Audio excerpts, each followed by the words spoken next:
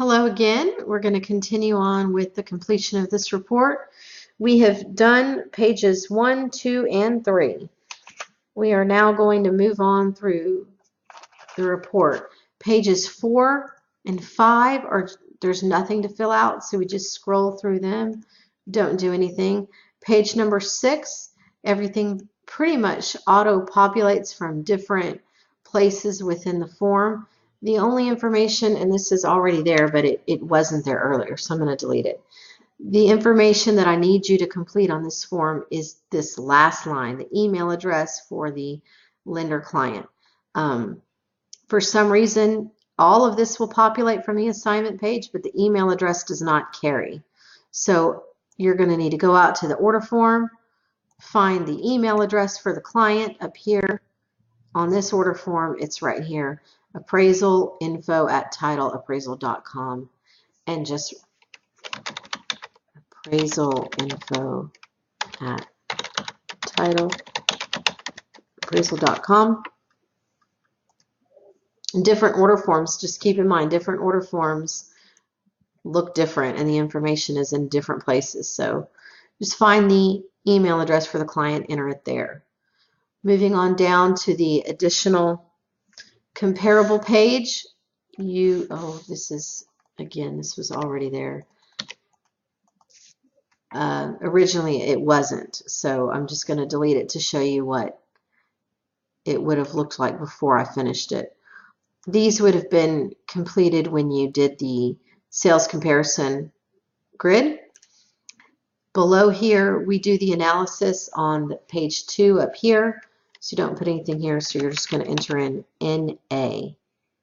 And then in the analysis and comments, basically there are 2 choices for you to use. If there are listings in the sales grid, which there are, listing, there's 2 of them, you go find option number 5, comp listings. Enter in this quick list comment, and then this is already correct for this particular report. It says comps 4 through 5 are active listings. In some cases, this will need to be edited because we might have used 4 or 5 sales, and possibly there were 2 listings in position 5 and 6. Possibly there was only 1 listing in position number 6. So you just want to make sure this part is correct. And then the appraiser is responsible for entering this, just editing that comment to enter the percentage. So that's it for the additional comparables page. Moving on down, we come to the general text addendum. So for the general text addendum, just ignore what I'm doing right now. There will be a template there because I'm going to edit all the templates and make sure they're correct. They already have this custom addenda on here. It's the general text addendum.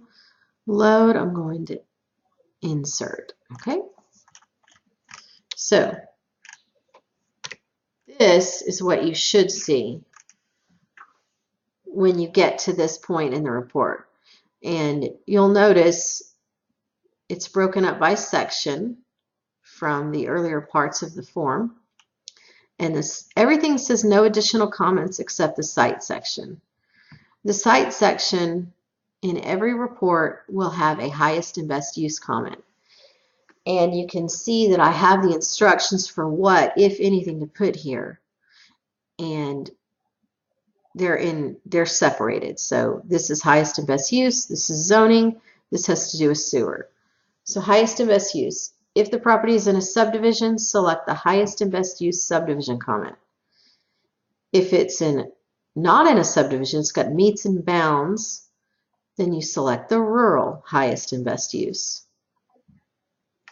In this case, we are in a subdivision, so we're going to delete that, replace it with that. All right. The next part is about zoning. So if page 1 indicates no zoning, place saved zoning comments here. The zoning comments are number 3. If page 1 indicates there is zoning, no zoning comments are needed in the site section. Go to page 1, go to the site section again, and you're looking for zoning. There is R1A, it is legal. So in this case, there is zoning. So no zoning comments are needed. So we're just going to delete this.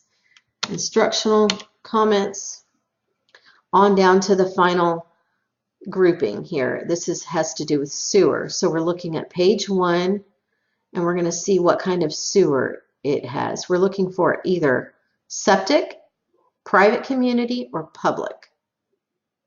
All right? And that will be right here, sanitary sewer. In this case, it's public, so we're not going to have any. If it were a private community or septic, that would be entered here, and the other box would be marked. So again, no comments are needed, so we're just going to take those out. And that is it for the general text addendum. The rest of it is automatically coming in from the templates.